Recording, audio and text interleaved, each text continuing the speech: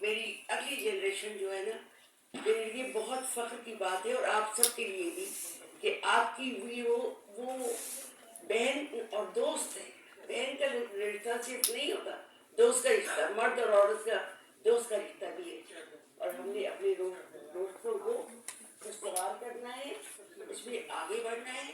اور اس میں آپ نے اس وقت دیکھ لی تھی، بہت بڑی شیخی میں بولے جا رہے، لڑکیاں خاموش بیٹھی ہیں. اس لیے میں نے خاموش بیٹھی ہے. دیکھیے اندر سے ان کے نکلے گا کیا؟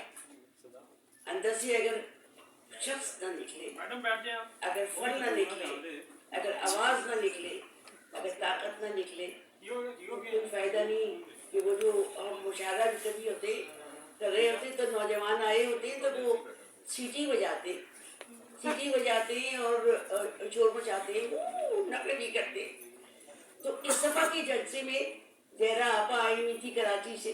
وہ پہلے امریکہ ہوتی، لندن ہوتی تھی. انہوں نے کھڑے ہو کے اس وقت کہا، بیٹا آپ سرکس میں نہیں آئے ہوئے، آپ آئے ہوئے ہو مشاعرے میں، ذرا بیٹھ کے دھیان سے داد دو اور شعر سنو. تو اس لیے ہم نے اپنے بچوں کو صرف ایک چیز سکھائی ہے، کھڑے ہو کے سگریٹ پڑی چپ کر کے، اوے عورت گزر رہی ہے اس کے اندر، اوے اوے چکڑی ہے، جان ہے. یہ ابھی تک یہ چیزیں ختم نہیں ہوئی.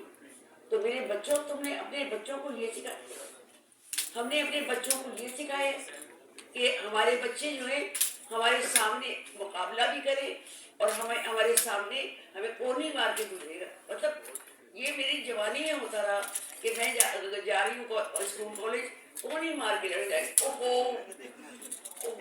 معاف کیجیے گا، اب تو یہ بھی نہیں کہتے.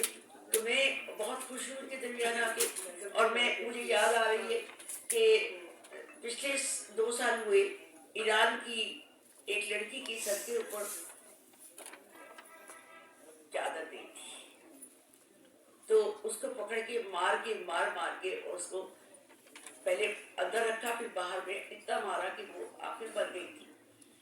تو اس کے اوپر عورتوں نے، ایران کی عورتوں نے اور پاکستان کی عورتوں، دنیا بھر کی عورتوں نے، دنیا بھر کی عورتوں نے بال بھی کاٹے، چادریں جلائی.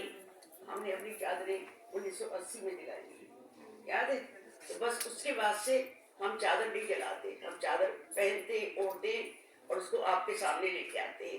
اس لیے کہ کتنا پردہ اس چیز سے نہیں ہے، پردہ آپ کا پردہ ہوتا ہے جو ہم نے بھلا دیا، جو ہمارے مولویوں نے ہمیں بھلا دیا، اور ہم اپنے اوپر یہ سب سے زبردستی کرتے ہیں. تو میں آپ کو نظم ایک سنا دیتی ہوں، اور وہ نظم تو آپ سب کی ہو گئی، مراقہ لوٹتے تو ہماری نظر میں کوئی سنائے. اس وقت یہ بحثہ امینی اس لڑکی کا نام تھا. یہ نظم کا عنوان ہے، جس وقت زنان مصر یوسف کا دیدار کرتے ہوئے اپنی انگلیاں کاٹ رہی تھی، انہیں کسی مذہب کی زنجیر نہیں پہنائی تھی.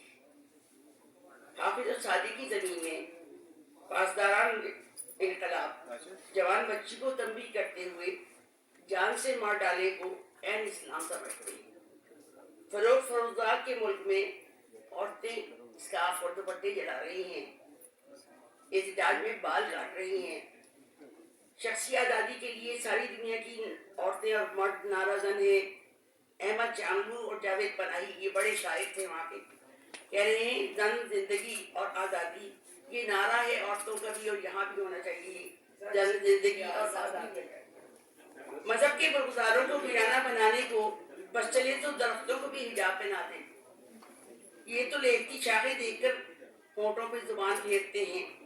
عقیدوں کی غلام گردشوں میں عورت کو مقید کرنے اور دنیا کے تمام امام و شیوخ کو یاد دلاؤں، سن لو، دنیا کے تمام امام و شیوخ کو یاد دلاؤں، جب قبر سے اٹھائے جائیں گے ماں کے نام سے پکارے جائیں گے.